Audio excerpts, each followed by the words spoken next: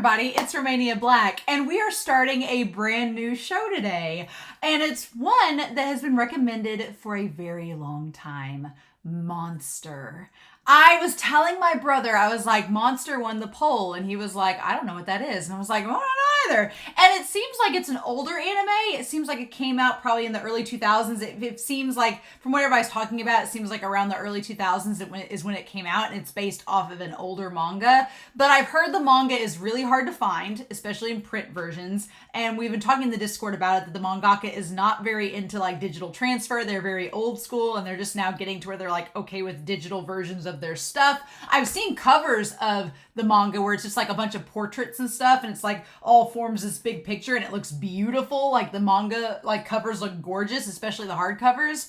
So it looks great, but it is a long running. This is 74 episodes. So I'm like, okay, a 74 episode series that I've been told is just a really, really solid, good anime that I need to watch, especially if I like psychological thrillers. Like ever since I did Attack on Titan, I think when I started watching Attack on Titan, and some people on Patreon were asking, they were like, are you interested in older anime? Because you need to see Monster if you like Attack on Titan. And I was like, oh yeah. And then when I started watching Death Note and Neon Genesis, they were like, you need to watch Monster. And I was like, okay. So I had it on the poll at one point. I don't remember what it lost to, but this is the one now that it was on the poll, and it won only by 4 votes. So word of honor, you got close. Maybe next time. But yeah, I'm really excited to watch Monster and to start it. It's going to be a long journey, but I'm really excited. I think right now I'm just going to do 1 episode and see if it's anything like Attack on Titan, Death Note, and Neon Genesis. I need to do 1 episode at a time because we're going to get so much out of it. But we'll see. If it takes me over a year to get through this series, that's fine. Well, by that point, we'll have covered a lot of other series on the channel, so it's okay. But I'm really excited. I also want to give a huge shout out to Anthony on Patreon, because Anthony is a fellow patron and was so kind. When I first put Monster on the poll, at one point, Monster was on Netflix in the US. It was on there. I had checked and I was like, okay, it's on Netflix. Cool, I'll just watch it from there. And I was pretty damn sure that it was on the US English translation on Netflix, so I put it on there. And then when I got done and it had won the poll, Anthony was like, do you want some files from this series? Because I don't think it's on Netflix anymore. And I was like, really? And now it's only on Japan's Netflix, and it's on no other providers. And so I'm like, are you freaking serious? So hashtag licensing, hashtag let me watch this show. So Anthony, y'all need to thank them because they provided these files, and I'm very, very grateful. So I'm not sharing them. I was just told I could use them for the reactions, and I was like, thank you very much. So Anthony, you are a godsend.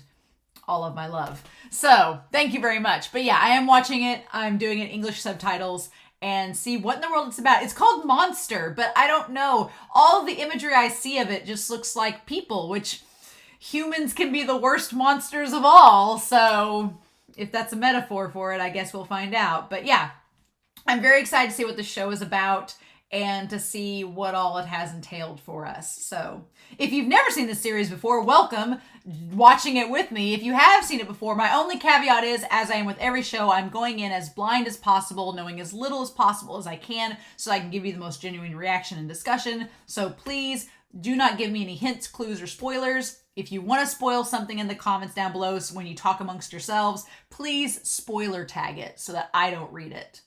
Just do that for me, and we'll be good to go. So let's not waste any more time. I'm excited to dive into this show and see what the heck we're getting into. So we are going to start Monster episode 1, and we're going to do that here in 3, 2, 1, and let's go.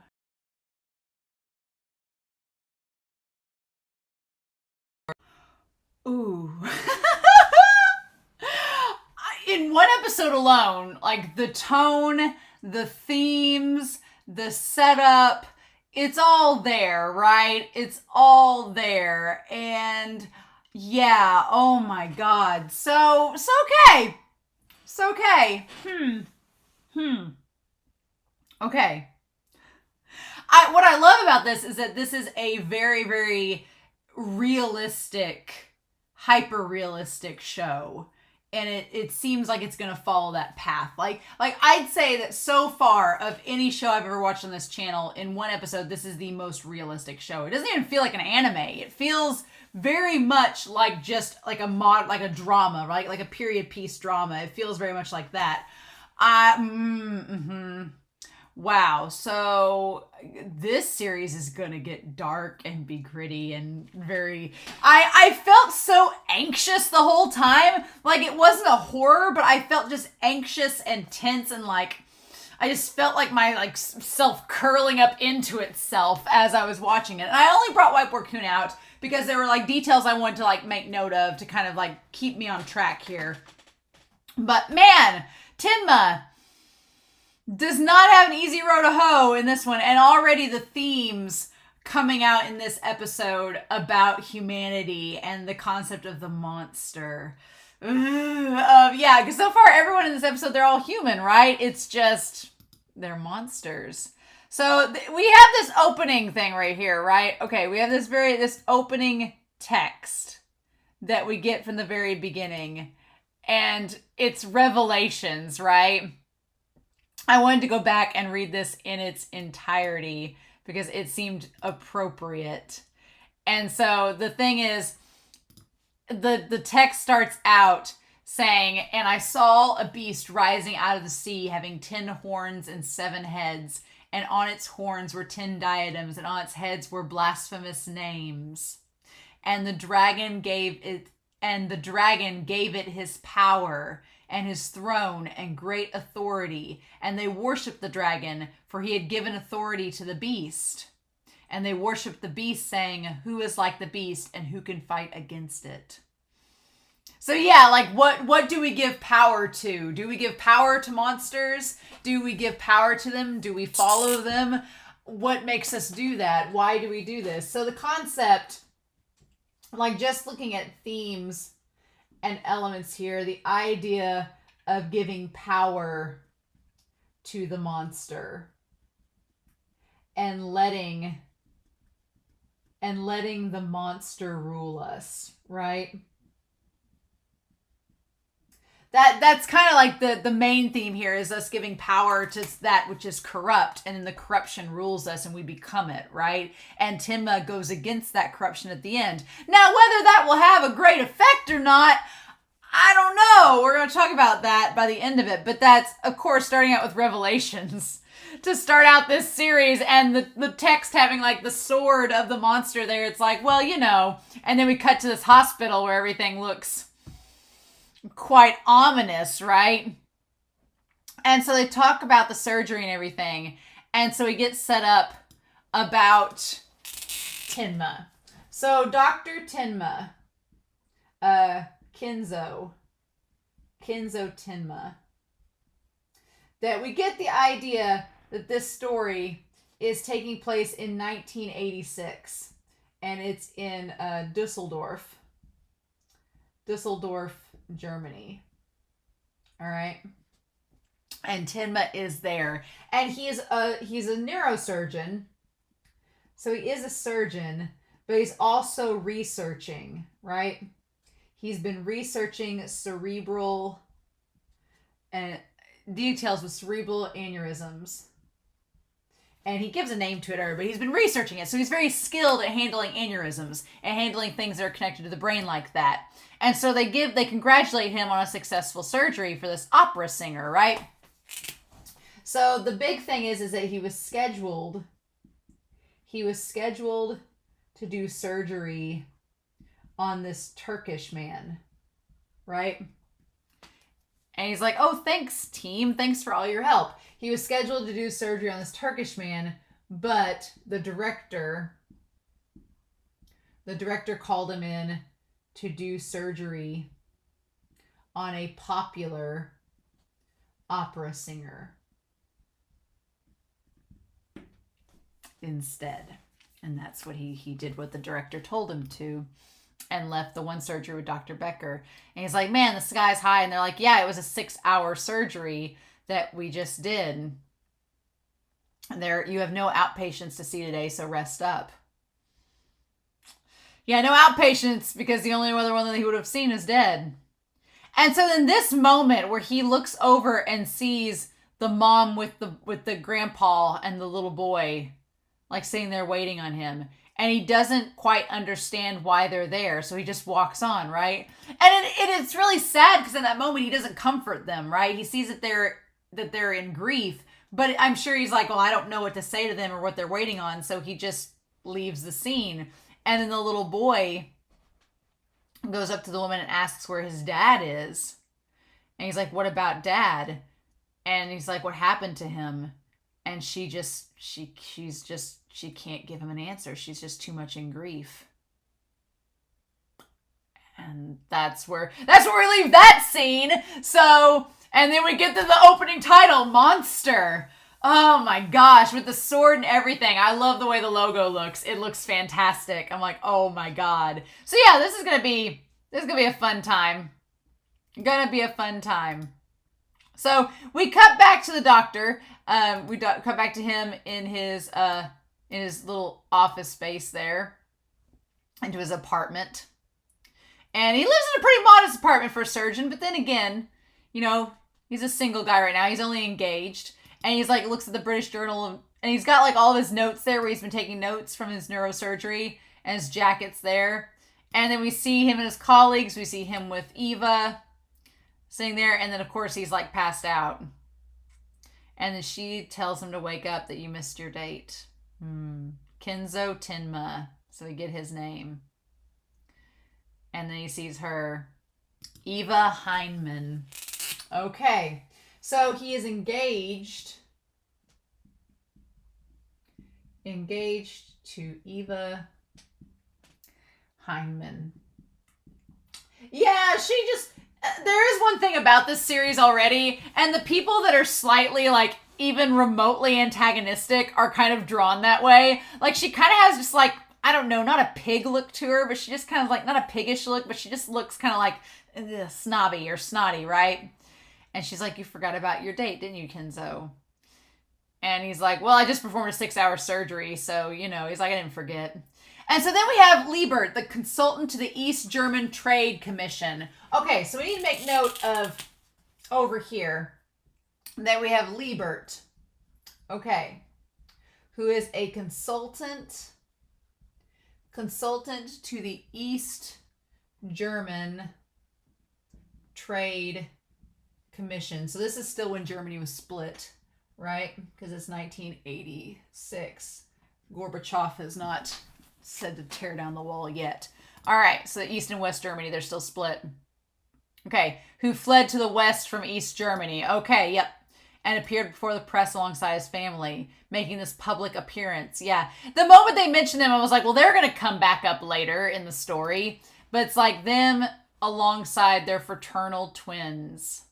And there's the boy and the one girl. The boy looking kind of distant, and then the girl, They'll remain in Dusseldorf for a period of time before moving to a home prepared by the authorities here. You know, not a good move by the government in that case, because it's like, they're like, oh yeah, these people fled from East Germany to West Germany. They're kind of tied to politics. They might be of somewhat importance, and the authorities are making them a safe house, but they're going to stay here in Dusseldorf until that safe house is ready. I'm like, it seems like it's inviting someone to make a move, but it was 1986. What can we do?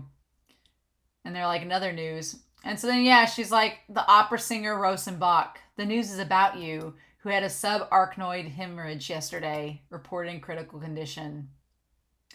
Recovering well. So yeah, the opera singer. This opera singer, that it was this old man, yeah.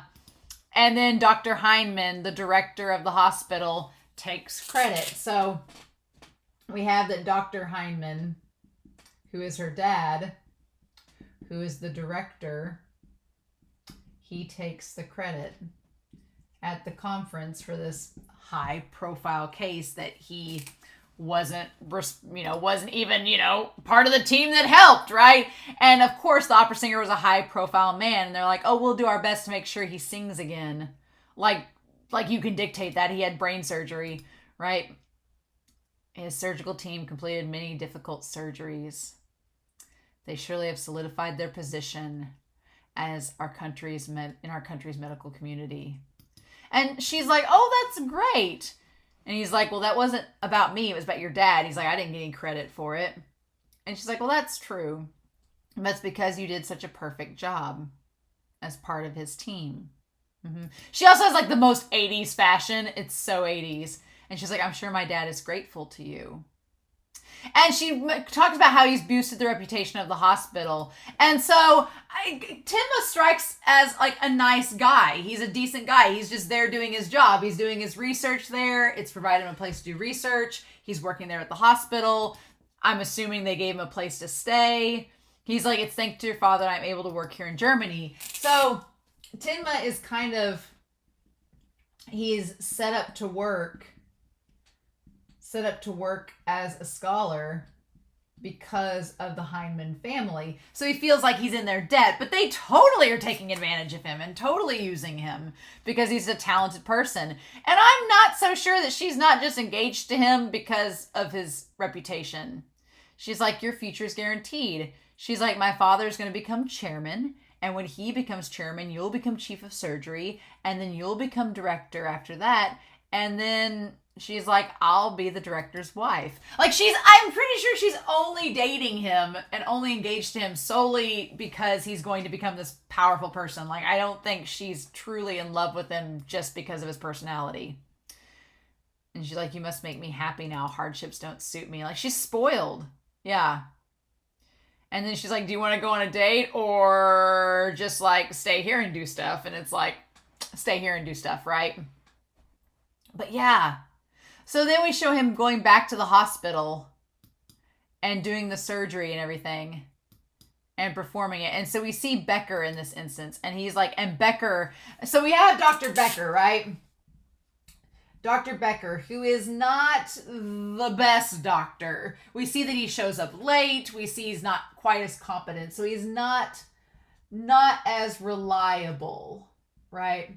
And he knows that Tenma is being used. And he calls him out on it. So I'm actually kind of like, Becker like calls him out and says, you know you're being used by the director, right? You see the writing on the wall, right?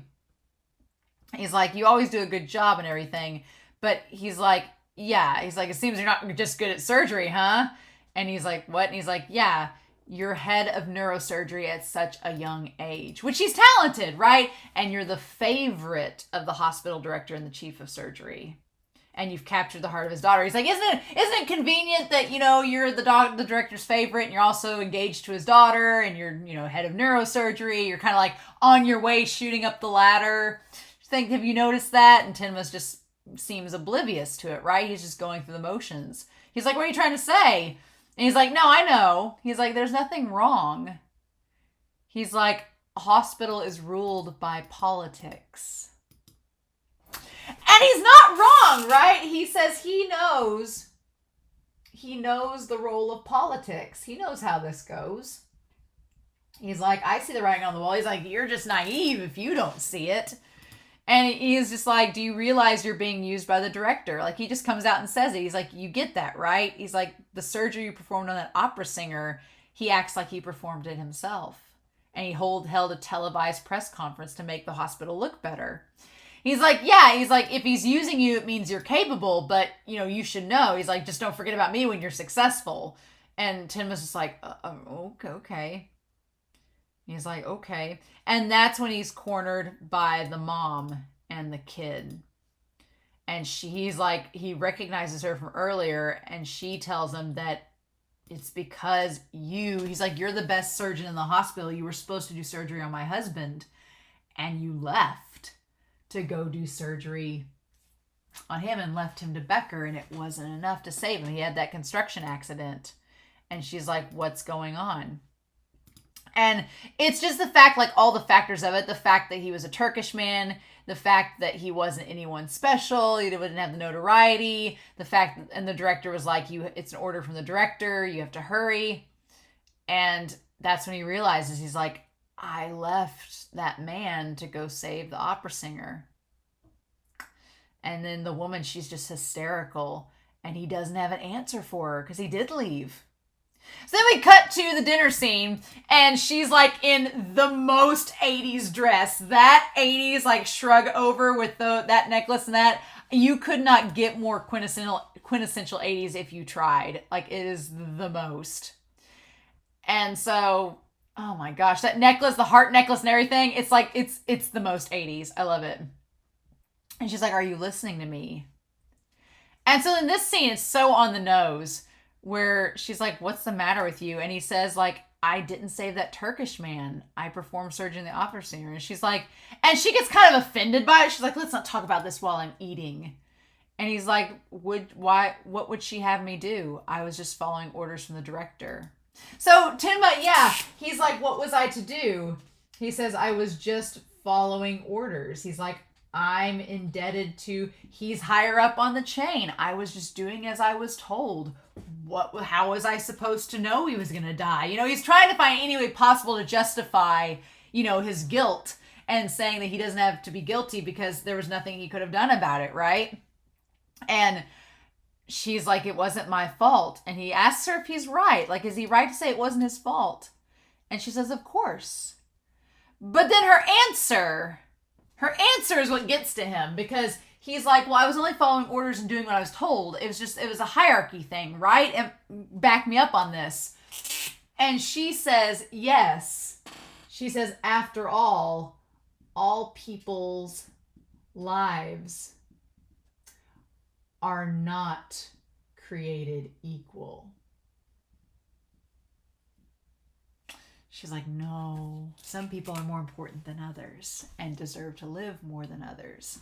And it's so like on the nose, but it's so realistic. Like, this is supposed to be in 1986. And now we still have people writing articles about how certain people are profiled in missing person cases and things like that get notoriety and recognition by the press because of who they are. But if it's somebody that is of a certain class or certain ethnicity or certain whatever else, they don't get as much notoriety because it's not newsworthy. There's still that going on. So it's very, very much true to life, right? And just nails it. And the doctor, he's just like, oh shit. He's like, well, that's not what I believe in. And then of course, like the symbolism of her slicing the meat and eating it in that moment. It's great. It's great. He's just like, oh God. He's like, what? And all he can think about is that woman begging him to give her husband back. And he doesn't know what to do.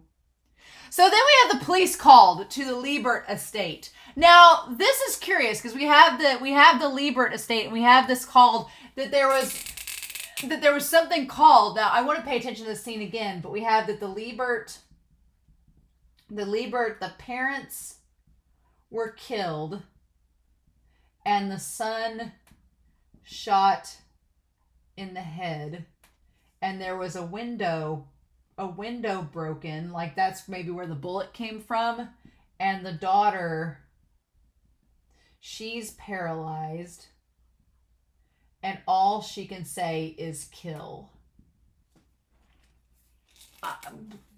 Mystery of mysteries. So they show up, but it's like, they're like, is that the mansion? They're like, it was reported by a neighbor. Like, okay. So, but they're like, how many shots? And they said 5 or 6 shots. Okay. So they said 5 or 6 shots. We know that one hit the son. But this is curious because the only sign of breaking and entering was, there wasn't any sign of breaking and entering. It was the window, like something was shot in the window. And I wanted to see this a little bit closer. I'm getting like all like John Benet Ramsey, like investigating up in this, like seeing the crime scene. They're like, it's the residence of the Liebert family. And I like that this one guy is like, they fled here from East Germany. Like, this is going to turn into a big political mess. Which I'm kind of amazed, like, again, Tenma he's doing surgery not just on any boy, but like this big high profile family. You think the director would be all about it, but the mayor's going to give them subsidies. So we got to go with the political route for the hospital. And the doctor chooses no. He's like, nope. Mm-mm. It's like, this is going to turn into a big mess. And so they open the door and they're like, it opens. So they're like, charge in on the count of 3. I'm like, so the door wasn't locked. You would think that if somebody had broke into the inside, it would have been like locked, or there would have been a sign of breaking and entering, but it's almost like they were either the person just waltzed in and killed them and left, but then the door was shut. So how did they just like run out and shut the door behind them? Very curious. So yeah, they go in and then they see on the ground, there's the woman, and she has like what looks like a bullet to her head. Okay. And she's just on the carpet there. And then the husband, he looks like he's been shot in the head or the shoulder. Okay. So there's that. But they're just sitting there in the living room, right? So, and nothing else is unturned. There's like no furniture unturned. Nothing's been taken. It just looks like a shot there, a shot there. Like, what in the world? Yeah, the one guy says, what in the world? And then they look over and see someone. And it's the daughter standing there. And then there's the kid. But, and they see on the ground, she's in shock. The window is open, right? And she's in shock. And then on the ground at her feet is the boy with the bullet in his head. But here's the thing. There's no glass on the inside of the window. So the shot came from inside, right? It seems like the shot came from inside, because the window, if you shot the window, the glass would go outside. Instead, if it wasn't like a sniper, it wasn't a sniper coming inside and shooting the kid in the head. It was, the shots came from inside. So why was the girl spared? Why did they fire the shots and leave? What's going on? There's so much mystery with them, right? With these kids. What the heck? There appears to be one survivor, a girl, and then a man and woman are dead and the boy's in critical condition. And then we see the glass like broken. I'm so intrigued. And so then he gets the emergency contact from the OR. And so as he's driving there, he thinks back, he sees the towel, the little handkerchief that was left by his fiance. And so he drops the fiance off, Eva, and he's like, I'm sorry for keeping your precious daughter out so late. Like Tenma is very, very innocent and naive for being an adult man, right? He's very naive, idealistic, and innocent, right? Because he's like, oh, I'm sorry I kept your daughter out so late. I'm like, y'all are engaged. Like, is that really a thing anymore? Like, you guys are going to get married. It's fine. He's like, she's your fiance, right? And this guy is like, come in for some tea. He's got very much the 80s like tie, like handkerchief. And he has his villainous eyebrows. So they come in for some tea. And they ask if his parents have been notified about the wedding date.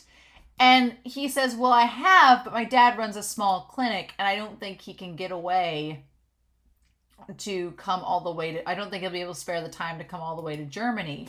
So he runs the idea that his father runs a clinic, but he's very busy with it.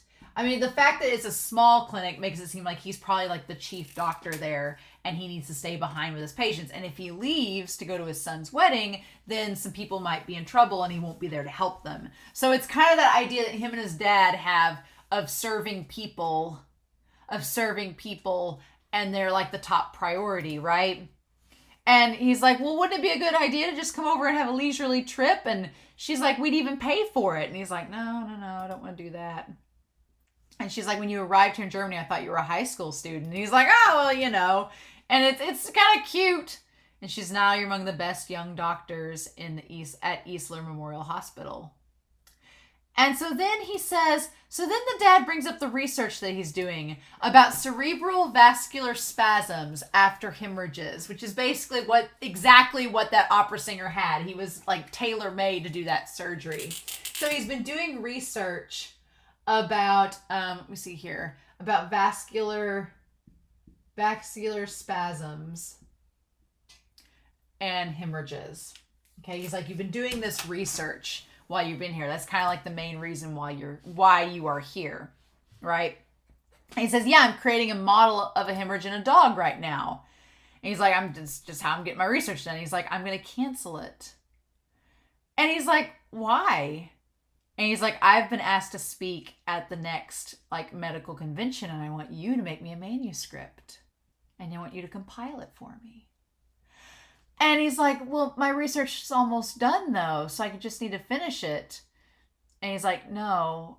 And then he completely like changes the subject. He's like, that was quite the scene today. And he was like, but wait, my research. So yeah, he's definitely using Tenma. He's going to cancel that research and have you move over to this other project for me because I don't want to get this ready for a convention. No. I'm going to have you do it. And then he changes the subject where he's like, a suspicious group of people forced their way into the hospital, clamoring about that operation, the surgeon. So now it's gotten a little bit more out of hand. That now it's not just a mom and a son complaining about the father dying. Now there is a group of people protesting. So, and likely because he wasn't helped because he, was not of the status to be saved over the opera singer. Yep. And so he's like, he claimed we delayed treatment of that Turkish singer who arrived earlier. And Tim was like, oh shit. And he's like, but they're completely wrong. The Turk was operated on first. But was he really? Because they established that Becker's always late. So yeah, was he really operated on first? There was nothing wrong with our procedures. Mm-hmm. And Tenma is just like, oh my God. He's like, isn't that right? He's like, yeah. He's like, the guys have the mistaken identity. And so he thinks that doctors are volunteer workers or something. He says, we're scholars, first and foremost. So there's this idea that helping people, that doctors are not volunteers. And he tries to tie it to Tenma's profession. He's like, we're scholars, right, Tenma? Like, you helping the opera singer. Like, it was all to help your research, right? That I'm conveniently canceling for you so you can help make my manuscript. And Tenma's like, seeing that Becker was right. He's like, I am being used. Yep. Mm-hmm. And you can see him get frustrated by it. And he's like, in any case, I want you to work on my manuscript. He's like, I have high expectations of you, Tenma. And Tenma's like, thank you very much. Yeah. And then we come back to the present, and he nearly hits the semi because he's not thinking. And then he shows up at the hospital.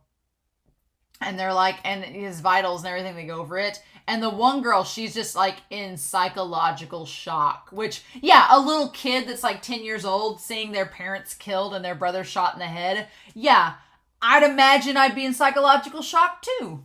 But all she can do is say the words kill, which is very weird, right? So why does she say kill? Why? Why that word? Like, what is going on? There's so much mystery with them already. I'm really curious. Okay. And so then they realize that this surgery is not going to be easy, right? They look at the CT scans for the boy. And he's like, okay, I'll be right there. And they realize the bullet's lodged in his brain. It's entered in the front of the head and it stopped deep in the brain. And they're like, it's going to be difficult. Because they realize that it's touching the cerebral artery, which is where his, specialty is. It's going to have to be a delicate surgery. Mm-hmm. And they're like, if you move the bullet even a little, the artery could rupture and cause massive bleeding. And so he's like, well, I can do it, right? And then we see Becker shows up late, and they're like, oh, there you are. And they're like, you're supposed to be on duty. How could you be so late? Yeah, establishing he's not a reliable doctor, right? And he's like, we'll have to do a full frontal craniotomy to the frontal region and remove any bone fragments and contaminated brain matter. Like, it's going to be extremely precise, and we'll have to carefully remove the bullet and finally repair the damaged blood vessel. Like it's, and Becker looks like, oh shit, that sounds like a lot of work. I don't know if I'm on board with that. And he's like, it'll take time, but let's do our best. And so they're like prepped and ready to go. Like, his blood pressure's good, pulse is good. Like, they've got this kid, like, shaved head, the anesthesia kicked in. Like, he is set to go. And there's like a bullet wound in his head, right? Like, it's just like, this kid, it's all about to go down. And then they call him in, saying that you're needed at once in OR1. And he's like, why? They're like, the mayor suffered a cerebral blood clot. And that they need you to come in and do the surgery. He's going to arrive in 10 minutes. And he's like, well, then contact Dr. Boyer. Have him do it. And he's like, there's a possibility of arterial occlusion. You'll have to perform the operation. And he's like, I was about to do surgery on that boy. And they're like, oh, well, and then he just picks up the phone like there's the director, right? And he's like, it's an order from the director. And he's like, are you kidding me? And you could just see him, like, his face fall, saying it's Tenma. And he's saying, take care of the mayor, will you? Like, why aren't you out there doing it? Like, I've been contacted Dr. Eisen, Dr. Boyer, too. They're going to help you. And he's like, I'm about to begin another operation. And so he's like, let Dr. Becker handle that one. And that's the one that killed the other man. He's like, with all due respect, the patient I'm about to operate on has a bullet in his left cerebral, in the middle of his cerebral artery. It could turn into a very complex surgery. I'm confident I can do it. I'll let Dr. Boyer take care of the mayor. He's like, only I can perform the necessary surgery on this boy. So yeah, he's like the mayor. Yeah, it's a blood clot, but Dr. Boyer can take care of it. He's like, it's fine. But this kid has such a complex surgery that only I can do this. He's like, so let the other two doctors that are going to be there anyway, let them take care of it and let me take care of this boy. But he's like, Tenma, whatever the case, I want you to do all you can to save the mayor. Like, he doesn't even listen to him. Doesn't even listen to his case. He's like, no, the mayor has promised the hospital a huge increase in subsidies in the next review of our medical facilities. He's like, we're going to get a lot of money, so we can't let him die just yet. So I want you to do this. I'm counting on you. Oh. And Tenma's like, and he's about to say, yeah. And you can tell the one guy's like, the mayor's arrived at the heliport. Like, the other guy's kind of like disgusted. And he's like, we're going to do the angiogram. We're ready to go. Okay. And he takes the phone away. And they're like, all right, let's go. Get ready, Dr. Tenma. Let's go help this mayor out. We're counting on your genius abilities. And he's about to abandon that kid that's probably going to die. And they have the mistaken idea that doctors are volunteer workers. They're scholars, right? Oh, damn. And I was like, you're not going to leave that little boy to die, are you? Because he's going to die. And he's like, I was just following his orders. It's not my fault. And he's trying to erase any guilt, but then he thinks back to that mother's words. And then he thinks back to the fiance's words about, about them all not being equal. And then he thinks back to the mother telling her to give her husband's life back. And he just can't let it go. And he's like, nope. And that's when he decides to go back. And he tells them, he's like, no. He tells the one doctor, he's like, nope, I gotta go. They're like, it's the director's order. And they're like, the mayor's undergoing a CT scan now. You're needed immediately in the reading room. And he's like, okay. And he's like, nope, Dr. Tenma. And he's like, nope. He goes back to do surgery on that boy. And then he's like, it gets prepped and tells the boy to hold on. Don't worry. Just hang in there. I'll save you. Meanwhile, we have the girl, and she's just sitting there saying kill. Now, is she saying, when she says kill, is she telling them to kill the boy? Why would she say that? I don't know. Why is she saying kill me? Is she saying kill the boy? Is she saying did she kill the parents? I don't know. But something's amiss. Something is amiss. And then we have this creepy ED where it's just a picture of a monster in the moonlight and this song. So yeah, I foresee there's going to be a lot of bad repercussions. There's a lot of things that could happen, right? There's a lot of bad things that can happen. Either the boy dies and the mayor dies, and Tenma doesn't save either of them.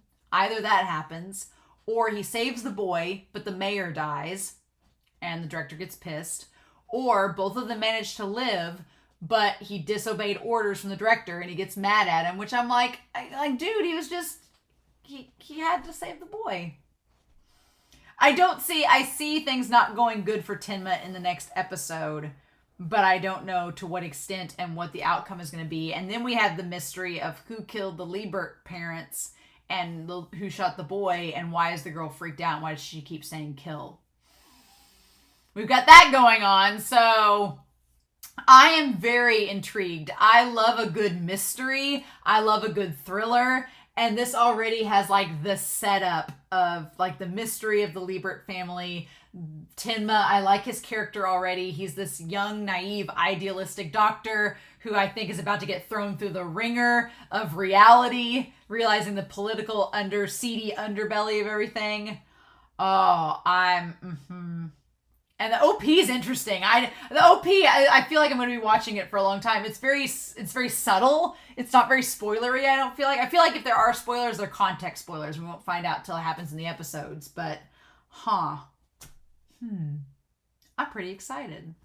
So yeah, that was a really good first episode. I'm so curious to know your thoughts down below as we go further into the series and see what happens. But that was a pretty solid first episode to get you on board with the mystery and how subtle and gritty and real it is. And to get us on board mainly with Tenma's character, which I'm all about. So, please, no spoilers, no hints, clues. I don't want to know who these characters are yet. We'll find out as we go. But I hope you all have a wonderful week. Please stay safe. Take care. Thank you for watching the reaction discussion. And I will be back next week with episode 2 of Monster.